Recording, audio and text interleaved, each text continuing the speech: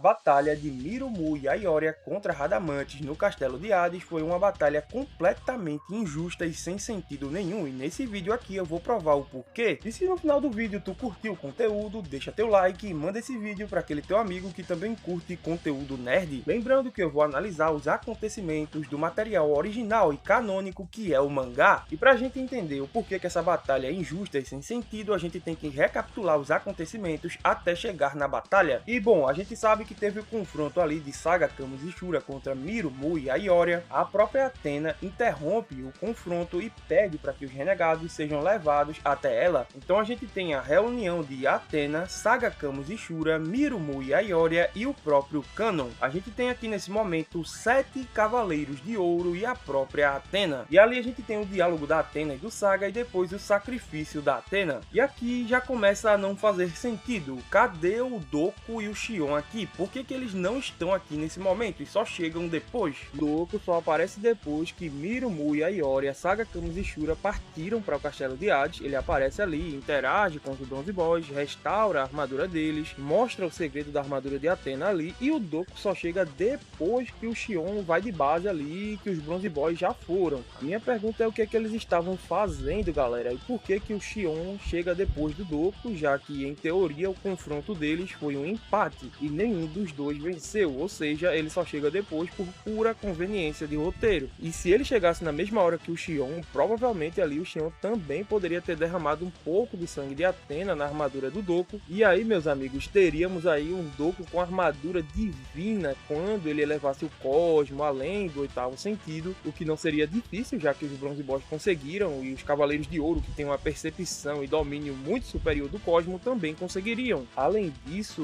na batalha ali contra o Radamante, ele poderia ter ajudado bastante, já que ele sozinho teria assolado o Radamante. O Doku tem as armas de Libra, tem muito tempo de experiência e técnicas extremamente letais, como o Cólera dos 100 Dragões, e ele não estaria sob efeito da redução de poder do Castelo de Hades por conta do sangue de Athena, a proteção que dá o sangue de Athena. Mas o que não faz sentido é por que eles não apareceram nesse momento aqui, galera. E se eles estivessem aqui, o próprio Xion poderia ter derramado o sangue de Athena nas armaduras de Mirumu e Aioria. Dessa forma, Mirumu e Aioria teriam a proteção do sangue de Athena e não teriam seu poder reduzido no Castelo de Hades. Além disso, suas armaduras também poderiam alcançar o nível divino assim que elevassem seu cosmo ao nível próximo dos deuses, como os Bronze Boys fizeram. Imagina a mudança absurda que isso faria na saga, tanto na parte do submundo quanto na parte dos Elísios. Ter o Mirumu e o Aioria com armaduras divinas seria insano, galera. E a fase do submundo e também dos Elísios teria sido muito mais fácil. Além do fato de que a gente teria os Cavaleiros de Ouro com suas armaduras divinas no canônico, porque para quem não sabe, Soul of Gold não é canônico, tá? E depois do sacrifício de Athena, Saga Camus e Shura vão até a Pandora para dialogar com ela e tentar conversar com Hades. A intenção era enganar a Pandora para eles conseguirem algum tipo de interação com o próprio Hades e matá-lo. E aqui já começa a não fazer sentido também, já que estão em 7, Saga Camus e Shura, Mirumu e Aioria e Canon, por que não vão os 7 de uma vez? Os 7 têm a mesma velocidade e o mesmo objetivo. Ah, mas isso aí faz sentido, porque eles tentaram ali enganar a Pandora para matar o próprio Hades. E galera, como é que vocês acham que isso faz algum sentido? Vocês acham mesmo que Saga Camus e Shura iriam vencer o Hades? Isso não faz nenhum sentido, galera. É a mesma coisa do Canon lá no submundo, tendo confrontos ali com o Radamante, e ele pega leve com o Radamante, porque a intenção dele era controlar o Radamante com o Satã Imperial, para o Radamante levar ele até Hades. Mano, nenhum Cavaleiro de Ouro iria conseguir vencer o Hades, galera. É simples, nem mesmo Saga Camus e Shura. Então esse plano não faz nenhum sentido. Além disso, nem para enganar a Pandora faz sentido. Eles levam um pano com sangue, mano. Isso não iria enganar a Pandora nem a pau, galera. E nem adianta dizer que não chegaram primeiro, porque sim, eles chegaram primeiro. Radamante, que estava tendo uma interação ali com a Pandora, eles chegam exatamente quando o Radamante está tendo uma interação ali com a Pandora. Depois depois é que Mirumu e Aioria chegam. Inclusive o próprio Radamante deixa isso bem claro, dizendo que Mirumu e Aioria seguiram Saga Kamishiura, ou seja, chegaram depois.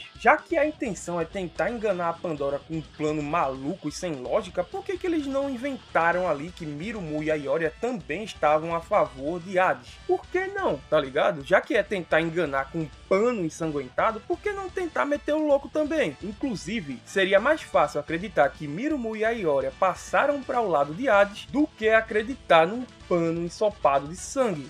E outra coisa que ainda favorece a minha ideia de tentar enganar a Pandora dizendo que Saga Kamishiura passaram para o lado de Hades é o fato de que o confronto deles ali foi encerrado pela intervenção da própria Athena, só que aquela intervenção as borboletas não ouvem. A Athena se comunica com os cavaleiros através do cosmo, então nada do que a Athena disse ali foi ouvido pelas borboletas. Então o fato de Mirumu e Aioria terem levado ali Saga Kamishiura até a própria Athena para em seguida a própria Athena se sacrificar, poderia ter sido visto como o início de uma traição deles, tá ligado? Um fato aí que prova que eles mudaram para o lado de Hades. Além disso, a gente tem a fala do próprio Saga, dizendo ali, se questionando se a Athena foi enfrentar o Hades por conta própria ou não. Ou seja, galera, ele sabe que ele não vai conseguir ali ter alguma interação com o Hades, ele sabe que o Hades não está no castelo, mano. Então, assim, isso deixa isso ainda mais sem sentido. E, mano, se tu vai enfrentar o Hades, por que não ir com reforço? Por que não ir os 7, tá? Aí a gente tem o confronto de Mirumu e Aioria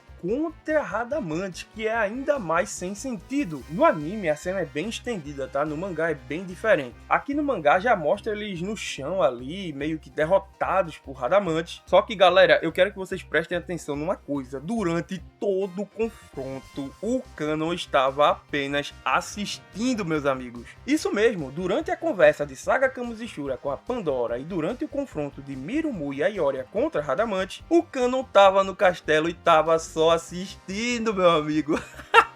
E eu não tô inventando isso, tá? É o próprio Radamante que fala isso, inclusive 2 vezes. O Doku não tá aqui, o Canon não ajuda em nada, o Shion também não tá aqui. Não faz sentido, cara. E galera, se Saga Kamishiura tivessem ajudado Mirumu e Aioria, eles provavelmente teriam vencido o Radamante. Ah, mas a vida deles estavam acabando. Sim, estava acabando, galera. Mas se teve tempo deles chegarem primeiro até a Pandora, eles chegaram primeiro, depois é que chega Mirumu e Aioria, terem todo aquele diálogo, será que não dava tempo deles terem um mini confronto ali, ajudar? Eles não venceriam com a base do poder bruto, galera, mas eu quero que você imagine aqui as ilusões do Mu, as ilusões do Saga contra o Radamante, os poderes dimensionais do Saga e do Mu. Galera, o Saga abre uma outra dimensão ali contra o Radamante, é fim de jogo, meus amigos. Eu sinto muito, mas o Radamante não tem poder de se mover entre dimensões. A mesma coisa é o Mu. Por que o Mu não atirou ali um poder que jogasse o Radamante em outra dimensão, levando ele para o santuário, por exemplo? Aí acabou a vantagem do castelo de Hades, fim de jogo, eles não têm mais o poder reduzido. Aí você bota na equação o Canon também, aí é que acabou de vez. Imagina, Saga e Canon e Mu criando ilusões, depois de prender o Radamante na ilusão, era só arrancar a cabeça dele e acabou. Ou jogava ele no Triângulo de Ouro, ou jogava ele na outra dimensão, ou então o Mu jogava ele pro santuário, aí todo mundo se juntava no santuário e matava ele, já que não estariam com o poder reduzido. O poder que é reduzido no castelo de Hades é o Cosmo, mas isso não dá ao Radamante imunidade à ilusão, isso não dá a Radamante poder de atravessar dimensões. É isso que eu quero que vocês entendam. É por isso que o Radamante seria sim vulnerável às ilusões e também a poderes dimensionais. Aí tu pode dizer, não, mas Saga Kamishiura tava morrendo, então tira ele, bota só o Canon pra ajudar o Mirumu e a Aioria, e assim mesmo eles venceriam. E se o Doku tivesse aqui, aí o bagulho ia ficar louco, tá ligado? Porque embora o poder dos cavaleiros sejam reduzidos a 10%, só que até onde a gente sabe, no mangá não é afirmado que o poder das armaduras também seria reduzido. As armas de Libra têm um poder destrutivo absurdo, capaz de destruir os pilares de Poseidon. As armas de Libra também destruíram o esquife de gelo, que só poderia ser destruído com o poder de vários cavaleiros de ouro. Agora vamos imaginar Mirumu e Aioria enfrentando Radamante sem a ajuda de Saga Camus e Shura, Kanon, Doko e Xion, beleza? É só Miru, Mu e a Ioria.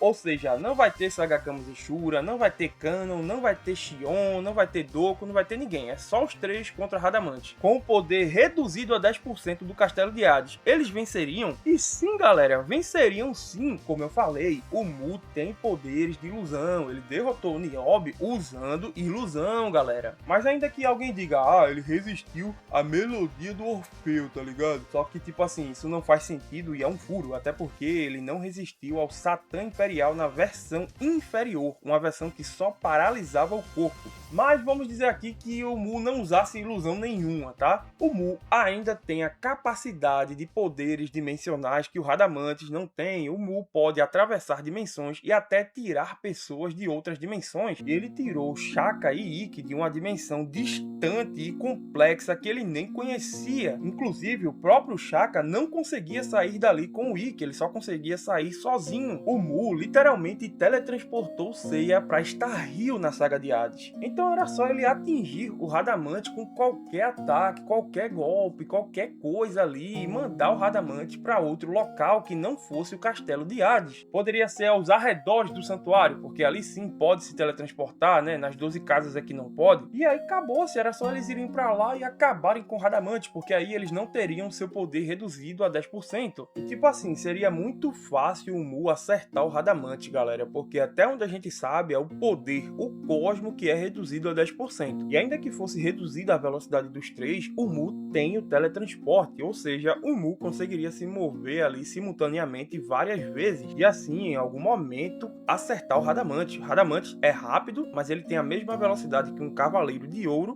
a velocidade da luz, e ele não conseguiria lidar com teletransportes múltiplos. Então acertar o Radamante não seria difícil não, galera. Você quer mais uma, meu mano? Por que Miru, Mu e a Ioria continuaram o confronto após perceber que seus poderes estavam reduzidos? Mano, os caras entrou no Castelo de Hades, teve um confronto ali com o Radamante, apanhou e, cara, você perceberia, mano, todos os Cavaleiros de Ouro têm domínio sobre o sétimo sentido, a essência do cosmo. Os caras têm experiência, velho. Como é que os caras não percebeu que tava com poder reduzido, mano? Não faz nenhum sentido eles continuarem ali lutando pra nada, literalmente pra nada, tá ligado?